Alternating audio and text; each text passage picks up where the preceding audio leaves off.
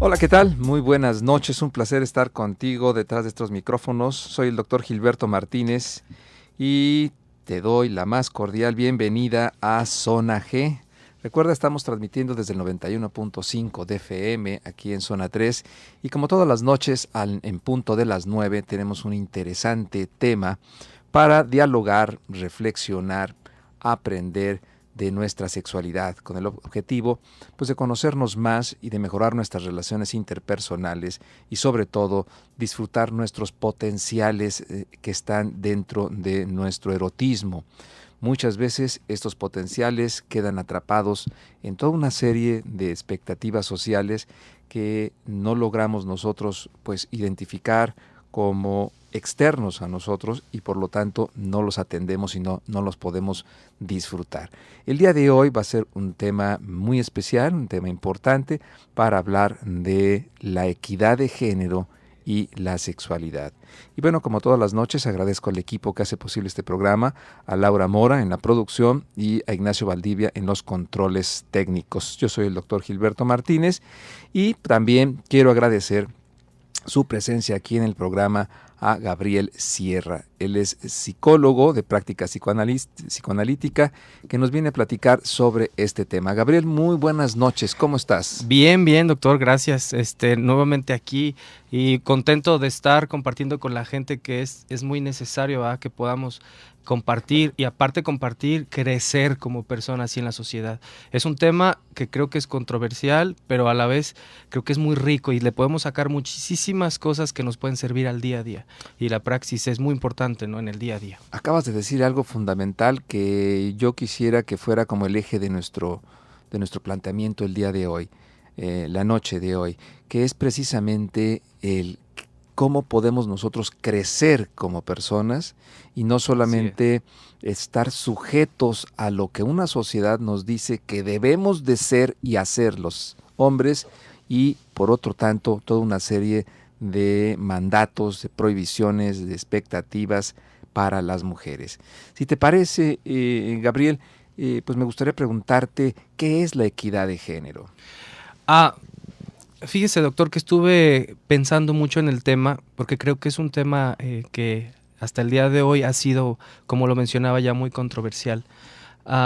Desde la expectativa clínica en la que nos ejercitamos, veo mucho la competitividad y no el enriquecimiento entre la mutualidad que debe de existir. Claro. ¿Entre hombre y mujer? Exactamente. La equidad es un tema de mucha lucha, vaya, que la gente trata de tener un lugar, una postura, una sobrepostura en base al otro. Y en esto nos perdemos mucho, en la explotación de nuestra sexualidad, que es muy propia, muy singular, muy subjetiva, vaya, no es tan objetiva en determinar ciertos pasos para la sexualidad. Sí es importante estructurarla, pero la libertad del ser humano es enorme. Creo que el cerebro es nuestro mejor órgano sexual, el cual debemos de estimular, y desde ahí los conocimientos en la equidad creo que nos llevan un poco a la limitación, no tanto a la explotación. En el aspecto clínico creo que la persona debe de explotar más que tratar de estratificar su sexualidad. Y en esto considero que la gente ocupa un poquito de conocimiento más práctico para poder disfrutar. Hay cosas que, como usted conoce perfectamente, en sus programas lo ha mencionado, es importante la explotación al máximo, de disfrutar con todos nuestros sentidos, y el más grande es la piel, ¿no? Y es muy rica la sexualidad, no desde la parte coital a lo mejor, pero sí desde la experimentación del placer y la satisfacción que una pareja puede darnos. En la equidad creo que nos quedamos muy, muy, muy limitados en cuestión de esto. Equidad, entonces tendremos que identificarlo como igualdad, como justicia, como los mismos derechos que tenemos hombres y mujeres. Sí, considero clínicamente que tenemos diferentes maneras de percibir la vida. Es diferente, pero no por ello es superior. Considero que la estructura de cada cerebro es la misma. Tenemos las mismas circunvoluciones, las mismas fisuras, tenemos los mismos lóbulos. Considero que desde ahí es una premisa muy importante para entender que el diseño es justamente igual, o justo es equitativo o equivalente. Entonces, creo que los dos géneros tenemos cosas tan enormemente ricas a nivel social, a nivel personal, que en lugar de poder generar una pugna, creo que deberíamos enriquecerlo. Y es algo que trato siempre de transferir a mi paciente en consulta. Es, bueno, deja de observar al gran otro, como decía Lacan, deja de observar ese gran otro y creo que enfócate en esta parte de ti mismo, porque hay una sexualidad aún individualista muy buena, considero. Entonces la equidad sí, claro, tiene que ver con la justicia, creo que es un tema más social que lo que nos compete, que es lo sexual o la sexualidad, pero es creo que muy bueno orientar a la gente, ¿no? Llevarla por un canal donde ellos puedan reencontrarse y llenarse de sí mismos y compartir con el otro, que es un tema en pareja creo que muy, muy grande. Sí, claro. Muchas personas se ven limitadas en el ejercicio de su sexualidad y de muchos otros elementos en sus relaciones interpersonales, afectivas, eróticas y amorosas, ¿no? Porque dicen, bueno, es que yo soy hombre, yo así nací. Y la mujer dice, bueno, pues lo que pasa, doctor, es que pues yo soy mujer, así nací y así soy. ¿Realmente nacemos hombres y mujeres? O como decía Simone de Beauvoir, nos vamos convirtiendo en hombres y en mujeres de acuerdo a nuestras enseñanzas. Fíjese que es un tema, vaya, como toda esta temática, muy, muy bueno. La experimentación a través del contacto con nuestros primeros amores, que son nuestros padres, y los vínculos que surgen, son cosas muy maravillosas desde muy pequeños. Y claro, yo considero y sí hay una formatividad a nivel de género, sí la hay. ¿Por qué? Porque hay una estimulación sobre el primer amor. Vamos en base a una vinculación inconsciente donde surge natural y es algo fantástico. Claro, el apego nos lleva a una reproducción de un modelo y esta cuestión es importante que la gente entienda que no es tanto el definirnos como sino empezar a descubrirnos sexualmente. Mucha gente puede entrar en este conflicto de nací así, soy así, seré así.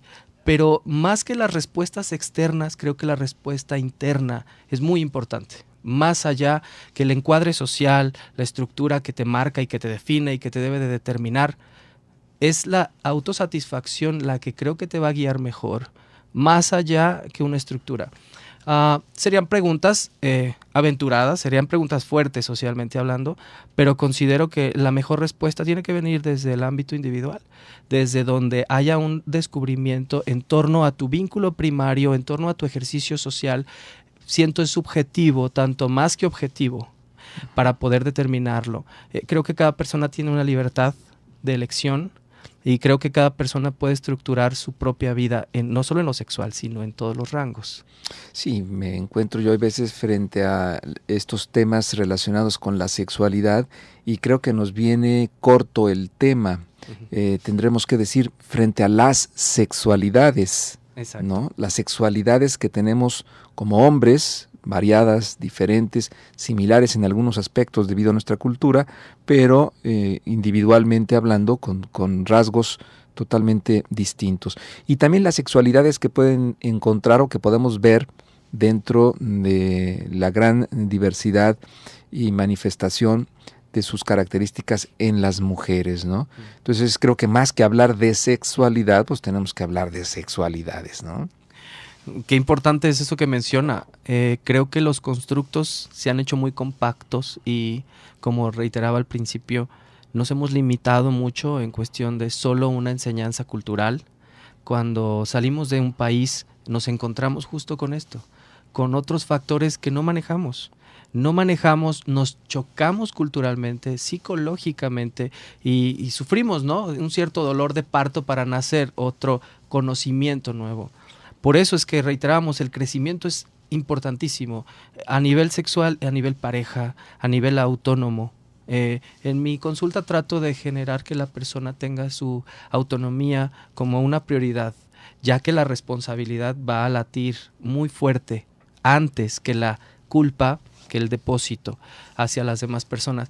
La cuestión múltiple en la sexualidad creo que nos reducimos a lo coital y desde ahí ya nos quedamos. sin disfrutar muchas cosas. Freud hablaba de los principios, de más allá del principio de placer, más allá de reconocer la satisfacción que no solo está en un punto. Él hablaba, o bueno, él diseñó muchas cosas en base a la sexualidad, a las áreas psicosexuales, y creo que cada momento de nuestra vida, como él lo estipula, vamos descubriendo momentos diferentes. Son sexualidades distintas. La principal no tiene nada de erógeno, aunque está basada en algo erótico, pero no tiene nada de erógeno. Cuando llegamos a la última, empezamos a descubrir un género, una exposición hacia nuestra misma historia de vida. Y ahí es donde empezamos a definir una identidad, considero yo. Una identidad sexual, una identidad donde yo sé que el reproducir ciertos conceptos míos me da una seguridad a través de mí. Entonces sí, creo que su término es correcto. Las sexualidades tienen que llevarnos a descubrir más allá de un solo concepto, sino ser un poquito más amplios y abiertos a esta cuestión, y creo que es acertadísimo. Hoy en día necesitaríamos descubrirlas. Descubrirlas, ¿no? La identidad, ¿cómo se va formando, Gabriel? Estoy pensando en que desde pequeños estamos nosotros en contacto con el medio ambiente, con la familia, con la sociedad, y entonces encontramos distintas maneras de manifestarnos de acuerdo a nuestra cultura, a nuestra zona geográfica y nuestro momento histórico. Me gustaría, si me permites, vamos a nuestra primera pausa comercial y regresando a hablar un poquito a nuestro auditorio cómo se construye esa identidad y cuál es la diferencia que existe precisamente entre la identidad y estos roles que pues se dan en un conjunto como una forma de organización social. ¿Va? Claro. Bien, vamos a nuestra primera pausa comercial, el día de hoy hablando sobre identidad de género y sexualidad. Recordemos que tema importante para seguir creciendo como personas, como hombres, como mujeres, y que esto pueda alimentar, pueda nutrir una sexualidad mucho más placentera. Vamos a un corte comercial y regresamos.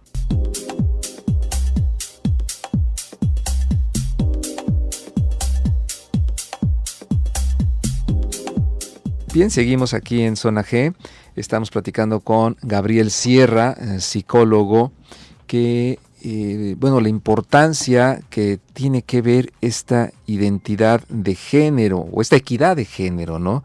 En donde el significado de esta equidad de género nos lleva a pensar que hombres y mujeres, independientemente de sus diferencias biológicas, tienen derecho a acceder con justicia e igualdad al uso, control y beneficio de los mismos bienes y servicios de la sociedad, así como a la toma de decisiones en los ámbitos de su vida social, económica, política, pero también de su vida personal, de su vida sexual, donde muchas veces vemos parejas que están limitadas porque creen que lo que les dijeron sus papás, sus abuelos, sus bisabuelos, de lo que debería de ser un hombre, pues los deja limitados para poder explotar, para poder desarrollar, para poder entonces abrirse a nuevas formas de descubrimiento personal, y que puedan ser entonces personas mucho más plenas, más satisfactorias en el ejercicio de la misma. Antes de irnos al corte, decía, ¿cómo se conforma esta identidad, Gabriel? ¿Y cuál es la diferencia entre la identidad sexual y los roles sexuales? Hablando en una cuestión estructural, yo lo definiría como un grupo de un marco referenciado. Para poder reaccionar, creo que decía un escritor, no recuerdo ahorita su nombre, pero el 10% de lo que hacemos es lo que sentimos y el 90% es la reacción ante las situaciones que vivimos. Creo que el marco referencial define una identidad. El acercamiento de un padre o el acercamiento de una madre nos puede dotar de ciertos elementos para poder solucionar ciertos problemas. Uno de los 4 metaconceptos de la educación es la inteligencia emocional ante la respuesta o soluciones de problemas, que acaba de implementarse, a lo cual la sociedad empieza a reconocer que sí se requiere de una habilidad emocional. Y bueno, el paciente llega con una carencia de habilidad para solucionar, no capacidad para solucionar, sino la habilidad no desarrollada. Cuando están en consulta empezamos a trabajar en el desarrollo de estas habilidades, que para mí, o en mi ejercicio muy particular, creo que es un marco referencial carente o un marco referencial no vasto para poder tomar de estos elementos y solucionar. Poniéndolo como un ejemplo, ¿cómo reacciono cuando tengo que ser enérgico o líder? Si mi marco referencial fue ausente, por ejemplo, mi padre no estuvo, a lo mejor el radioescucha que nos está oyendo en estos momentos dice, bueno, ¿y yo cómo hago un liderazgo? ¿Cómo lo hago? ¿Cómo voy hacia ese género, como usted lo mencionaba, o cómo llego al punto de retomar algunas herramientas y solucionar mi problema, cuando en mi esposa y yo no podemos tener una correcta visión o objetividad de nuestro matrimonio? Entonces, analizando más profundo a su área inconsciente, en toda la interpretación, vemos que obviamente no hay un marco de donde él jale esta identidad que le haga sentir él. Identidad, bueno, se puede definir como identificación, como siendo parte de, como perteneciendo a, hacia dónde, ¿no? Y el gran interrogante es, al fondo, ¿dónde está ese marco donde yo puedo retomar de ahí ciertos factores? La identidad se va formando, sí, en el ámbito ambiental, en el hogar.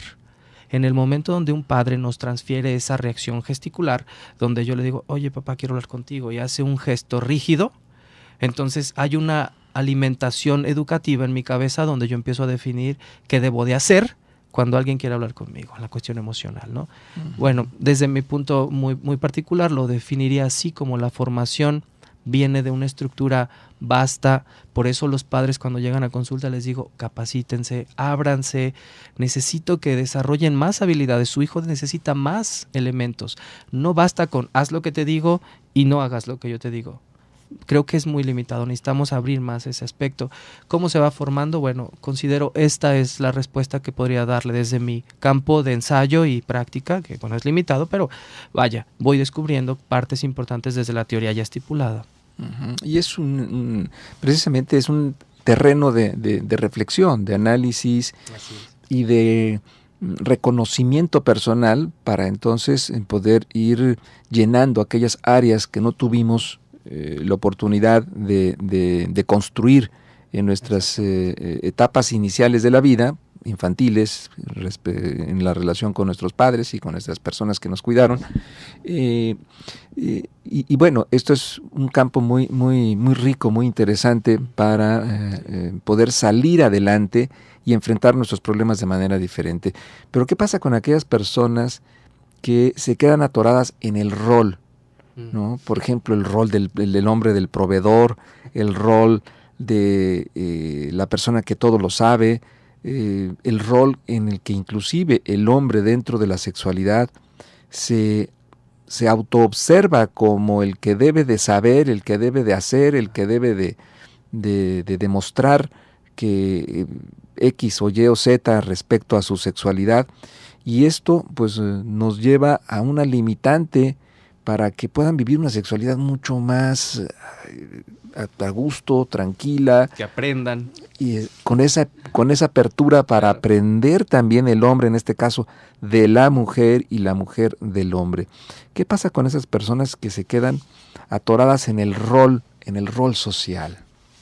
Creo que es algo que se contrapuntea con la identidad, pues cuando una persona no realiza una actividad que le reafirma como persona, se siente falto de identidad o no hombre, vamos a decirlo más coloquialmente.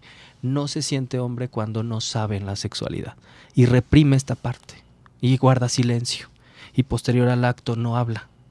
El hecho de no encontrar un conocimiento, como ya lo mencionaba anterior, una herramienta que defina qué debo hacer en este momento, me genera un conflicto.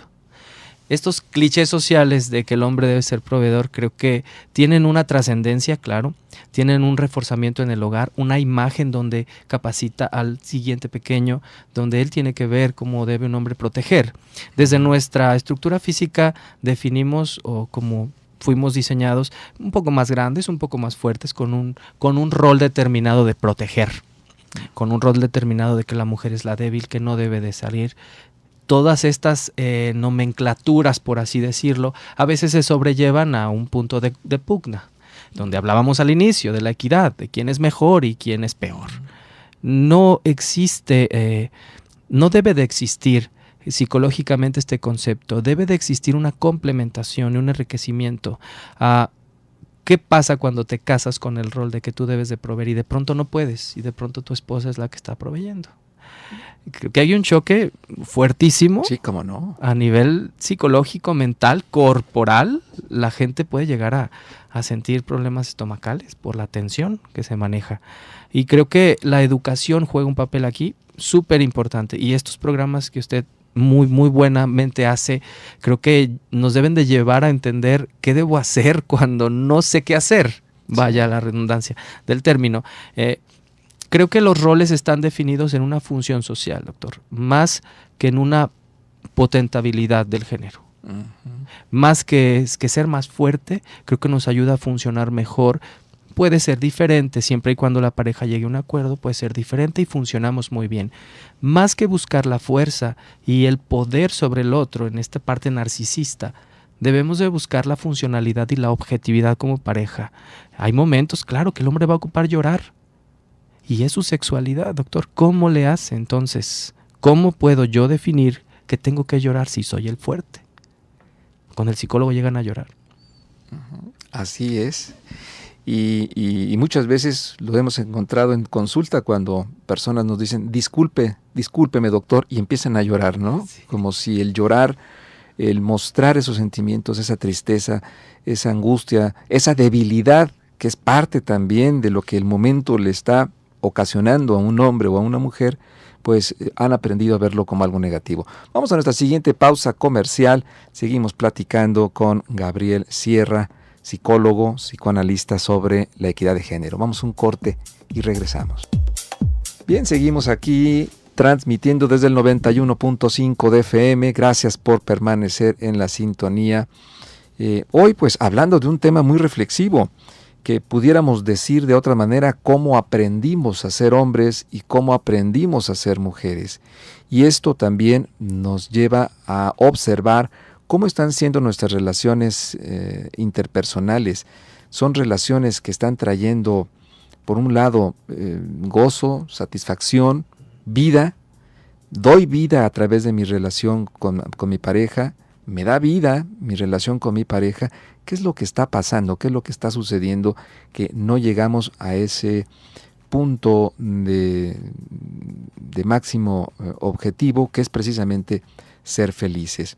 Pues bueno, platicando a lo largo de esta charla, Gabriel, hemos entrado a un terreno muy importante, ¿no? Que es precisamente desarrollar nuestros potenciales.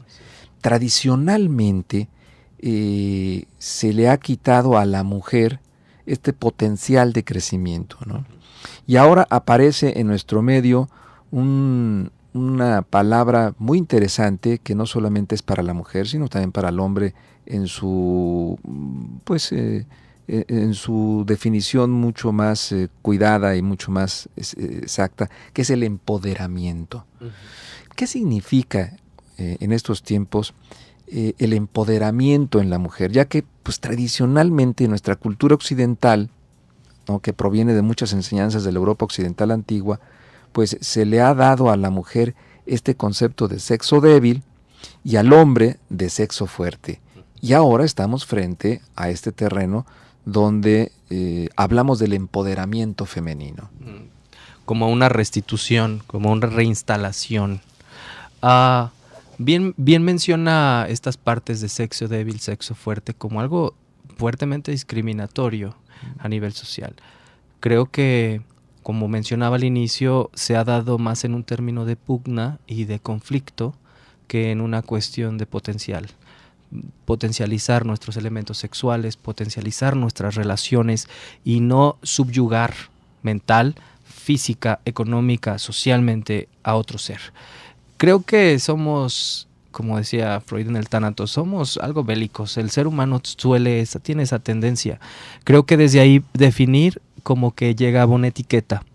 La etiqueta es pesada. Creo que socialmente venimos de una cultura pesada, donde la mujer sí era eliminada, sí era reprimida, sí presentaba discriminación en muchas cosas, desde no votar, cuando ahora ya lo hace, desde esos términos tan demostrativamente y socialmente importantes. Creo que hemos mejorado mucho, aunque se han quedado rezagados algunos residuos de discriminación romántica. Creo que podríamos entender a nivel social que el crecimiento está desde la cognición. Creo que eres lo que piensas, actúas conforme piensas, defines tu palabra, tu trato, tu relación conforme tú piensas.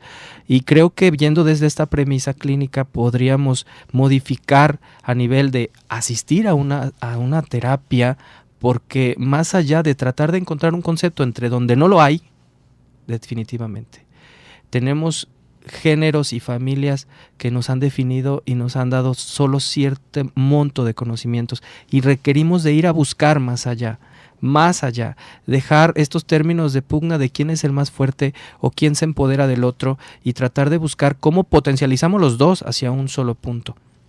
El empoderamiento en la mujer creo que es la restitución y la reinstalación de su funcionalidad en una sociedad donde se había perdido.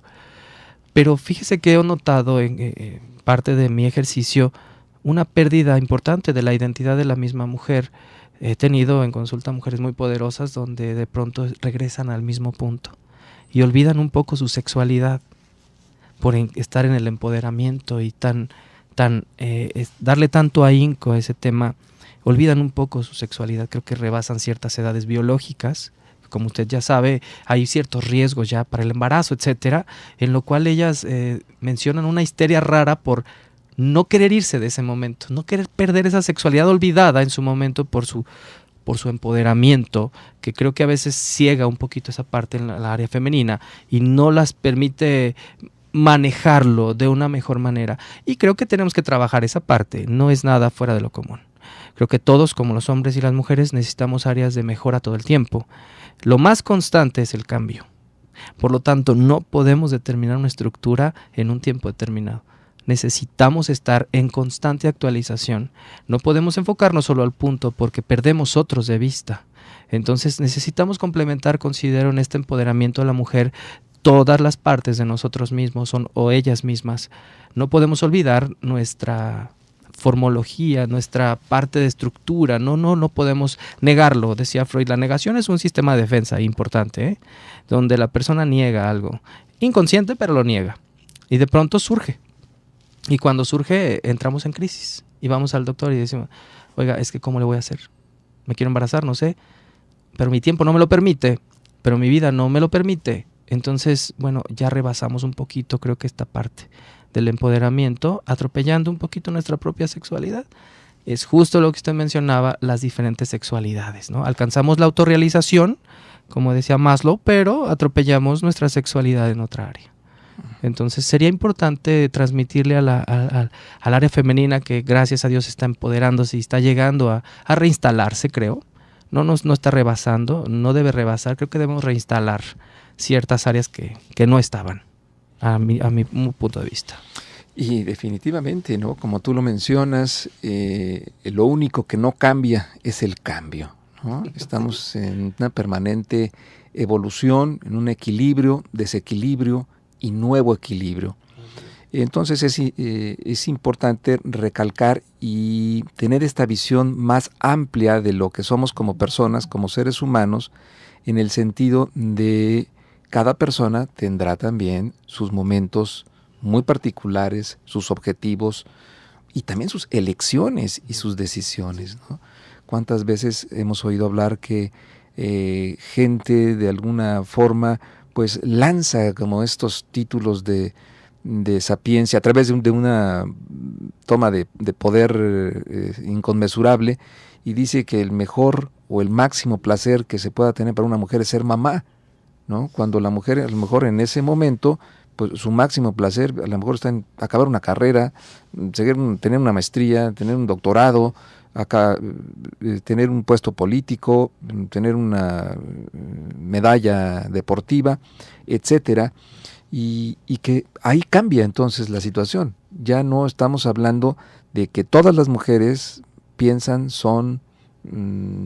actúan de la misma manera y quieren lo mismo. Exacto. ¿No? Igual para los hombres, ¿no? También habrá momentos para ejercer su paternidad, para tener pareja, etcétera, y que ahí es donde los roles nos van limitando en el ejercicio de nuestros potenciales, ¿no? Y bien, tú lo mencionas, estos espacios terapéuticos sirven precisamente para tener como una conversación saludable a través de una reflexión que nos lleve a saber bien hacia dónde vamos, ¿no es así? Sí. Bien lo mencionaba en 1800, las charlas curativas, donde inicia nuestro ejercicio en 1800. Bueno, ya había definido desde los griegos la filosofía y todo esto, las bases de nuestras charlas curativas. Pero bien lo menciona en cuestión de estructurar y reestructurar cada vez que cambiemos. Me dicen algunos papás, ¿qué voy a hacer? Ya está llegando la adolescencia. O sea, y espérese, porque pasa un periodo y llegan a la juventud temprana. Entonces ya estoy hábil en la adolescencia y de pronto pum, llega la juventud temprana y otra vez me vuelvo a sentir en crisis. Creo que nuestras carreras están justo para anticiparnos a ese tipo de cambios, que ya puede ser una jurisprudencia terapéutica donde ya hay muchos elementos de ayuda y autoayuda para el adolescente, para el joven, pero también para el hombre adulto que llega a sus 41 en esta crisis y después pasa a otra etapa. No solamente podemos pensar que vamos a estar estáticos en un momento de nuestra vida, y desde ahí hay que transferir conciencia a la sociedad para poder reinstalarnos en la nueva etapa y empezar a capacitarnos. No siempre vamos a poder tener la maternidad, probablemente. Entonces, ¿qué estás haciendo con tu vida futura? ¿Hacia dónde vas? Ok, no eliges ser mamá, bueno, eliges ser, ok, prepárate. Vaya, sanamente. Disfrutar la vida no radica en tener un objeto tangible, sino saber disfrutar lo que día a día tienes en el mundo estimulatorio, que es salir, que es estar. Creo que a veces vamos tan fijados en el futuro. En una de mis frases que pongo por ahí, digo, bueno, deja de angustiarte por el futuro, porque el presente de hoy lo debes de crear. Este es el futuro de mañana. Así es. Y creo que no pacientes con obsesividad viven en un futuro, y es que qué va a pasar ahora con la nueva presidencia en el país vecino, es que qué va a pasar, y los días pasan y creo que se van, creo que no se aprovechan. En uno de los programas que hacíamos anterior hablamos del presente como el mejor regalo que tenemos. ¿Qué te parece si con esta palabra, con esta reflexión, el presente como el mejor regalo que tiene usted, ¿sí?, en este momento, nos vamos a nuestra última pausa comercial, ¿sí? Le recuerdo que está usted en Zona G. Pues seguimos platicando con Gabriel Sierra, psicólogo, psicoanalista, una interesante charla que nos lleva a reflexionar sobre la manera en la que se va formando nuestro género. Recordemos que el género es como una clasificación, ¿no? Una cierta clase, género masculino, género femenino, y esto tiene que ver con las construcciones, las ideas y las creencias sociales que son impuestas a hombres y a mujeres desde el mismo momento en el que nacen, y que a través de la familia se le van enseñando al niño y a la niña a organizar este grupo social. Pero hay veces que estamos tan organizados que dejamos de ser nosotros mismos para dar cumplimiento a lo que se espera de nosotros, generando toda una serie de ansiedades, de angustias y de enojos, ¿no? Ese gran malestar de la cultura, ¿no? En el que, bueno, ¿por qué me toca a mí ser esto? O decirle a la mujer, pues ni modo, te tocó ser mujer y ahora te aguantas. No tenemos por qué aguantarnos, sino a través de esta reflexión y este análisis poder llegar a negociaciones en donde también se pueda construir una forma de ser mucho más funcional, mucho más amigable, mucho más placentera. Y tú retomabas este punto central que es la utilización del momento presente. En el presente, hoy por hoy, muchas veces las parejas pues tienen la necesidad de construir un erotismo diferente. Exacto. y pues en algunas ocasiones vemos los que nos dedicamos a la clínica, en el consultorio, que siguen pautas establecidas del pasado en donde no da cabida a una relación erótica en el presente. ¿Cómo se podría formar entonces esta identidad erótica dentro de la pareja? Vaya, creo que tenemos un gran paquete erótico, desde el froteurismo de nuestra piel, que casi es una filia que sucede en mucha gente, en la mayoría de seres humanos, como una habilidad de sentir. Y regresando a la estructura de referencia, muchas veces nunca nos hicieron sentir, nunca nos enseñaron a sentir, ni nos enseñaron a transmitir una sensación. De repente tenemos pacientes en consulta donde se les hace muy difícil conectar con sus sentimientos, muy difícil. Creo que el erotismo es como el clímax de una sensación llevada por un canal correcto, donde podemos llevar una sensación de descarga pulsional desde nuestra víscera hacia lo que deseo y lo que quiero y concluirlo. ¿Cómo podemos erotizar? Creo que el primer órgano que debemos de estimular es el cerebro. Es el primero. Él se encarga de una maravilla enorme y muy, muy bonita, desde el abrazo y desde la fricción del abrazo. Le mencionaba a una paciente, ¿cómo abrazas a tu hijo? Y era un abrazo seco, rígido, estático. Le decía, tienes que generar una fricción. A ver, prueba. Entonces en esta parte era difícil para la paciente generar era como transmitirle una sensación. Y el erotismo es como la magnificación de la sensación. Entonces llevarlo a una cuestión en cama, aún en la misma día, ¿qué es lo que sentimos al momento de llegar a casa y recibir una palabra que nos provoque esa sensación erótica de sentir que soy necesario, de sentir que soy necesaria, de sentir que me siento bien haciendo lo que me gusta, donde no hay una obligación atrás de mí de tener que hacer y querer hacer, que es una de las áreas que uso gráficamente en consulta. Estás teniendo que hacer o estás queriendo hacer, y creo que desde ahí el cerebro articula toda una cuestión endocrina corporal y nos deja fluir. Nos deja fluir, y vaya, fluir desde los fluidos genitalizados, desde toda esta parte. Y creo que erotizarlo tiene que ver con un lenguaje más correcto, un contacto físico más correcto, más prolongado, más transmisorio de lo que en realidad quiero decir con un contacto físico, porque somos seres sexualizados, no somos seres coitales, o sea, solamente el coito no. Somos seres sexualizados que al expresar una mirada, una sonrisa, estamos ya transmitiendo una sensación.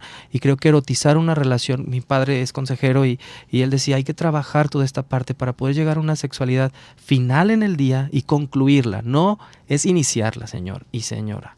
Hay que trabajar durante el día el contacto, la palabra, el elemento que es el detalle, que es algo tangible, pero que significa, según el mundo, lo simbólico y lo real, es esa parte que significa. ¿Por qué me trajiste esto? ¿Por qué me hiciste una llamada sin ninguna?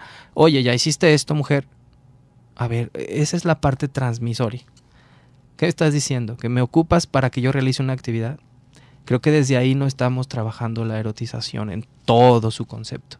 Y bueno, ¿cómo erotizarlo? Creo que hombres y mujeres que nos escuchan traten de tener un lenguaje que lleve, que conlleve, que trabaje, que colabore con una sensación más rica en el momento de tocar piel con piel, que es froteurismo, es algo orgánico, pero creo que se trabaja desde el no tengo ganas. Sí, muchas veces nos encontramos ante un temor a sentir. No sabemos qué hacer cuando sentimos. Y entonces rehuimos a esa parte y enfriamos la relación. Llega la noche y es muy difícil que entonces se encienda el calor de la pasión, del deseo, de la fantasía, y que se pueda transmitir a nuestra pareja para llevarlo entonces y culminarlo en un acto erótico, no solamente genitalizado, sino un acto erótico donde haya un menú con diferentes platillos, ¿no? Sí. Y para esto pues yo creo que es importante, como tú lo dices, el que mantengamos el caldero encendido, ¿no? O el piloto encendido. Si no está encendido el piloto, a la hora que queramos prender la estufa, Se va a tirar el gas. se va a tirar gas, va a haber, pero va a estar frío, ¿no? O el boiler, ¿no? En un momento determinado. Pero si está el piloto encendido, creo que a través de estos mensajes, a través de estas pequeñas caricias verbales, actitudinales, de detalles durante el día, se mantiene viva esa flama en la pareja, que va a llegar entonces en la noche, pues puede ser que haya un acto erótico, placentero, una despeinada gloriosa. Es correcto. O puede ser que haya un acto afectivo, sexual, también muy a gusto, ¿no? Fíjese que es muy importante, alrededor de las frases que ha dicho, todo el complemento, ¿no? A veces queremos hacer una carne asada y solo le ponemos la carne asada. No, te hace falta la salsita, sí, te hace falta el totopo, te hace falta el aderezo. O sea, creo que la sexualidad es esta parte. No te enfoques solo en durar mucho tiempo en tu sexo. Creo que eso es ya de per se, eso ya se da. Cuando hay una erotización correcta, como bien lo menciona, y sí, hay que mantenerlo como lo acaba de ejemplificar exactamente. Si no lo entiende el radioescucha, creo que es muy sencillo de entender, hay que mantenerlo prendido. Bien. Gabriel, pues muy interesante la plática, sin duda, pues nos deja para pensar y seguir reflexionando muchas cosas en relación a nuestra identidad y cómo nosotros queremos cambiar hacia una masculinidad o una feminidad diferente, más productiva y más funcional. Te agradezco mucho tu presencia aquí en el programa. Es un placer y es una charla que, la verdad, aún la riqueza sensorial es muy buena, ¿no? Muchas gracias, doctor. Gracias a ti. Si alguien desea ponerse en contacto contigo, ¿dónde lo puede hacer? Directamente en el 33 12 67 37 72, repito, 33 12 67 37 72, y yo les atiendo personalmente. Muchísimas gracias. No, a usted, doctor, creo que es un placer. Fue una charla muy rica, ¿no? Gracias. Muchos conceptos nuevos y hay que aprender, siempre hay que aprender. Igualmente, Gabriel, muchas gracias. Gracias a usted por su atención. Soy el doctor Gilberto Martínez. Le deseo que tenga una excelente noche.